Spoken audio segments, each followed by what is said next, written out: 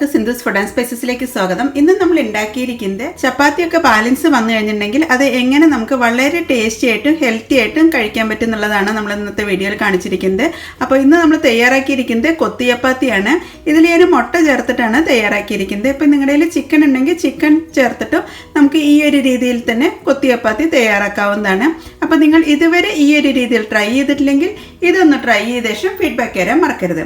കൂടാതെ നിങ്ങൾ എൻ്റെ ചാനൽ ഇതുവരെ സബ്സ്ക്രൈബ് ചെയ്യാതെയാണ് കാണുന്നതെങ്കിൽ സബ്സ്ക്രൈബ് ചെയ്യാനും ഈ വീഡിയോ ഇഷ്ടപ്പെടുകയാണെങ്കിൽ ലൈക്ക് ചെയ്യാനും കമൻറ്റ് ചെയ്യാനും അതുപോലെ ഫാമിലിക്കും ഫ്രണ്ട്സിനൊന്നും ഷെയർ ചെയ്യാനും മറക്കരുത്. Thank you. അപ്പോൾ ഇതുപോലെ ബാലൻസ് ചപ്പാത്തിയൊക്കെ വന്നിട്ടുണ്ടെങ്കിൽ ഇനി കളയേണ്ട ആവശ്യമൊന്നുമില്ല. ഇത് വെച്ചിട്ട് നമ്മൾ കൊത്തി ചപ്പാത്തിയാണെന്ന് തയ്യാറാക്കുന്നത്. അപ്പോൾ കുട്ടികൾക്കൊക്കെ ടിഫിൻ ബോക്സിൽ കൊടുത്തു വിടാം. അതല്ലെങ്കിൽ ഈവനിങ് സ്നാക്കായിട്ടോ ഡിന്നറായിട്ടോ ഒക്കെ കഴിക്കാൻ പറ്റുന്നതാണ് നമുക്ക് ഈ ബാലൻസ് വന്നിട്ടുള്ള ചപ്പാത്തി. അപ്പോൾ ഇനി ചപ്പാത്തി പോലെ തന്നെ കഴിക്കേണ്ട ആവശ്യമൊന്നുമില്ല. നമുക്കിത് കൊത്തി ചപ്പാത്തി എങ്ങനെ തയ്യാറാക്കുന്നതെന്നുള്ളത് നോക്കാം. അപ്പോൾ അതിനുവേണ്ടി ഞാനിവിടെ ഇപ്പോൾ 3 ചപ്പാത്തിയാണ് എടുത്തിരിക്കുന്നത്. ഇത് നമുക്ക് ആദ്യം ഒന്ന് കട്ട് ചെയ്തെടുക്കാം.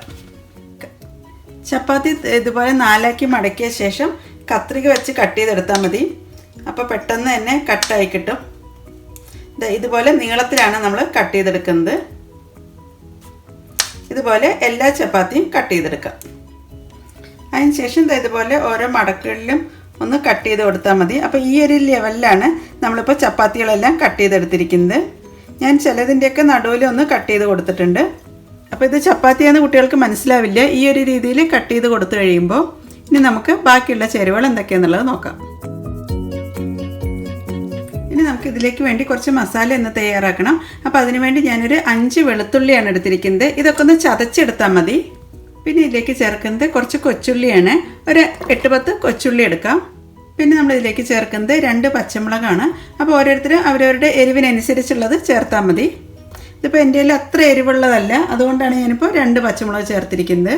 പിന്നെ ചേർക്കുന്നത് ഒരു പീസ് ഇഞ്ചിയാണ്. എന്നിട്ട് ഇതെല്ലാം നന്നായി ഒന്ന് ക്രഷ് ചെയ്തെടുക്കാം. ഈ ഒരു രീതിയിൽ അരഞ്ഞു കിട്ടിയാൽ മതി.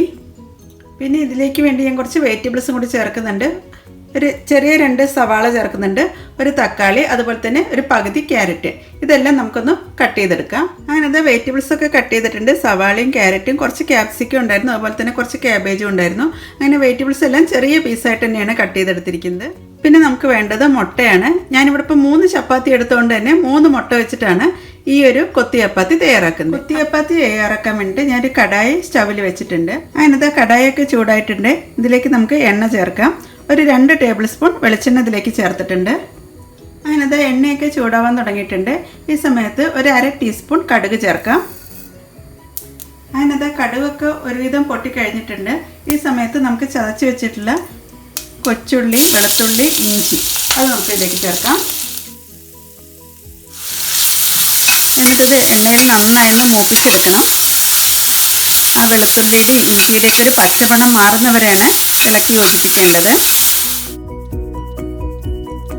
ഇനി നമുക്കിതിലേക്ക് കട്ട് ചെയ്ത് വെച്ചിട്ടുള്ള കറിവേപ്പില ചേർക്കാം. കറിവേപ്പില വലിയ ഇല ആയതുകൊണ്ടാണ് ഞാൻ കട്ട് ചെയ്ത് ചേർക്കുന്നത്. ഇനി നമുക്കിതിലേക്ക് കട്ട് ചെയ്ത് വെച്ചിട്ടുള്ള വെജിറ്റബിൾസ് ചേർക്കാം. സവാള, ക്യാരറ്റ്, ക്യാബേജ്, ഏറ്റവും ലാസ്റ്റ് നമുക്ക് ക്യാപ്സിക്കം ചേർക്കാം. അപ്പോൾ ആദ്യം ഇതൊന്ന് വഴണ്ട് വരട്ടെ. എന്നിട്ട് നന്നായി ഒന്ന് ഇളക്കി യോജിപ്പിക്കാം. ഇനി മസാലയ്ക്ക് ഇതുപോലെ ചതച്ച് ചേർക്കുന്നതുകൊണ്ട് തന്നെ പെട്ടെന്ന് നമുക്ക് വെജിറ്റബിൾസിലേക്കും അതുപോലെ തന്നെ ചപ്പാത്തിയിലേക്കൊക്കെ പിടിക്കുന്നതാണ്. ഇനി നമുക്കിതിലേക്ക് ആവശ്യത്തിന് ഉപ്പ് ചേർക്കാം. ചപ്പാത്തിയിൽ നമ്മൾ ഓൾറെഡി ഉപ്പ് ചേർത്തിട്ടാണ് ഉണ്ടാക്കിയിരിക്കുന്നത്. അതുകൊണ്ട് തന്നെ വെജിറ്റബിൾസിലേക്ക് ആവശ്യമുള്ള ഉപ്പ് ചേർത്താൽ മതി. എന്നിട്ട് നന്നായി ഒന്ന് ഇളക്കി യോജിപ്പിക്കാം. പെട്ടെന്ന് തന്നെ തയ്യാറാക്കാൻ പറ്റുന്ന ഒരു ഡിഷാണ് ഈ കൊത്തി ചപ്പാത്തി. ഇനി നമുക്കിതിലേക്ക് ആവശ്യമായ പൊടികൾ ചേർക്കാം. ഒരു 1/4 ടീസ്പൂൺ മഞ്ഞൾപ്പൊടി ചേർക്കാം. ഒരു 3/4 ടീസ്പൂൺ കാശ്മീരി ചില്ലി പൗഡറാണ്. പിന്നെ ഒരു 1/4 ടീസ്പൂൺ ഗരം മസാല ചേർക്കാം. ഒരു 1/4 ടീസ്പൂൺ പെരിഞ്ജീരകം പൊടിച്ചതും കൂടി ചേർക്കുന്നുണ്ട്. പിന്നെ ഇതിലേക്ക് കുറച്ച് പെപ്പർ പൗഡറും കൂടി ആഡ് ചെയ്യുന്നുണ്ട്. അങ്ങനെ പൊടികളെല്ലാം ചേർത്ത ശേഷം നന്നായി ഒന്ന് മിക്സ് ചെയ്ത് യോജിപ്പിക്കാം. അങ്ങനെ പൊടികളുടെയൊക്കെ ഒരു മൂത്ത മണം വന്നു കഴിയുമ്പോൾ നമുക്കിതിലേക്ക് ഇനി തക്കാളി ചേർക്കാം. ഇനി ഇതിലേക്ക് ചേർക്കുന്നത് ഒരു മീഡിയം സൈസ് വലിപ്പമുള്ള തക്കാളി പൊടിയായി അരിഞ്ഞിട്ടുള്ളതാണ്. ഇനി നമുക്ക് ഈ തക്കാളി നന്നായി ഒന്ന് വെന്ത് ഉടയുന്ന വരെയാണ് ഇളക്കി യോജിപ്പിക്കേണ്ടത്. തക്കാളി ഒന്ന് വെന്ത് കിട്ടുന്നതിന് വേണ്ടിയിട്ടൊന്ന് അടച്ച് വെച്ച് വേവിക്കാം. ഇനി നമുക്ക് തക്കാളിയൊക്കെ ഒന്ന് കുക്കായോ എന്നുള്ളത് നോക്കാം. തക്കാളിയൊക്കെ നന്നായി കുക്കായി വന്നിട്ടുണ്ട്. ഇനി നമുക്കിതിലേക്ക് മുട്ടയാണ് ചേർക്കേണ്ടത്. അപ്പോൾ നമുക്ക് സ്ക്രാമ്പിൾഡ് എഗ്ഗ് ഒന്ന് തയ്യാറാക്കാം. ഇതിൻ്റെ നടുവിലേക്ക് അല്പം വെളിച്ചെണ്ണയും കൂടി ചേർത്ത ശേഷം മുട്ട ചേർക്കാം. ഇനി നമ്മൾ നേരത്തെ എടുത്തു വെച്ചിട്ടുള്ള 3 മുട്ടയാണ് ഇതിലേക്ക് ചേർക്കുന്നത്. മുട്ടയിലേക്ക് കുറച്ച് കുരുമുളക് പൊടി ഒന്ന് ചേർക്കുന്നുണ്ട്. അതുപോലെ ആവശ്യത്തിന് ഉപ്പും കൂടി ഒന്ന് ചേർക്കുന്നുണ്ട്. അതിനുശേഷം നന്നായി ചിക്കി പൊരിച്ചെടുക്കാം.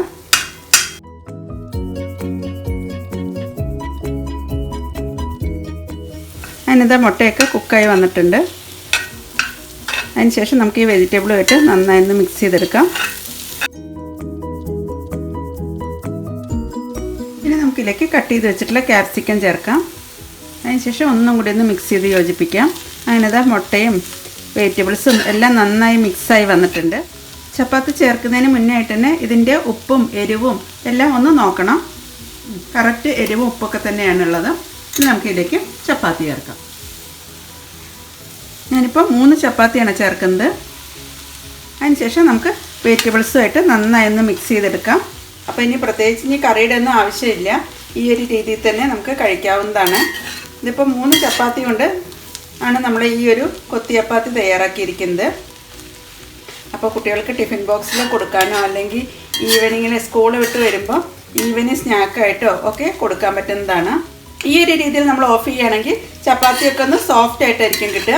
ഒന്നും കൂടി ഒന്ന് ഡ്രൈ ആക്കുകയാണെങ്കിൽ ചപ്പാത്തി കുറച്ചും കൂടി ഒരു ഹാർഡായിട്ട് കിട്ടുന്നതാണ്.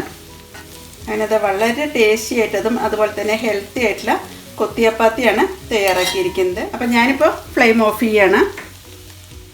ഏറ്റവും മുകളിലായിട്ട് കുറച്ച് മല്ലിയിലയൊന്ന് വിതറിയിടുന്നുണ്ട്.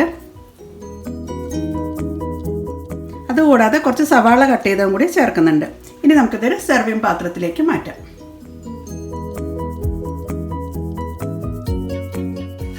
അപ്പോൾ ഇനി ചപ്പാത്തി ബാലൻസ് വരുമ്പോൾ ഇതുപോലെ ചെയ്താൽ മതി. ഇതുപോലെ തന്നെ നമുക്ക് ചപ്പാത്തിയോ പൊറോട്ടയോ അതുപോലെ കുബ്ബൂസും ഒക്കെ തയ്യാറാക്കാവുന്നതാണ്.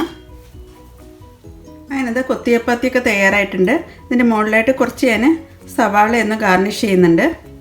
അതുപോലെ കുറച്ച് മല്ലിയിലയൊന്ന് ഗാർണിഷ് ചെയ്യാം. അപ്പോൾ ഇനി ചപ്പാത്തിയോ അല്ലെങ്കിൽ കുബ്ബൂസൊക്കെ ബാലൻസ് വന്നിട്ടുണ്ടെങ്കിൽ ഈ ഒരു രീതിയിൽ നമുക്ക് കൊത്തി ചപ്പാത്തി തയ്യാറാക്കാവുന്നതാണ്. ഈവനിങ് സ്നാക്കായിട്ടൊക്കെ കഴിക്കാൻ പറ്റിയിട്ടുള്ള നല്ലൊരു ഡിഷാണ് ഈ കൊത്തി ചപ്പാത്തി. അപ്പോൾ എല്ലാവരും ട്രൈ ചെയ്ത ശേഷം ഫീഡ്ബാക്ക് തരാൻ മറക്കരുത്. Thank you.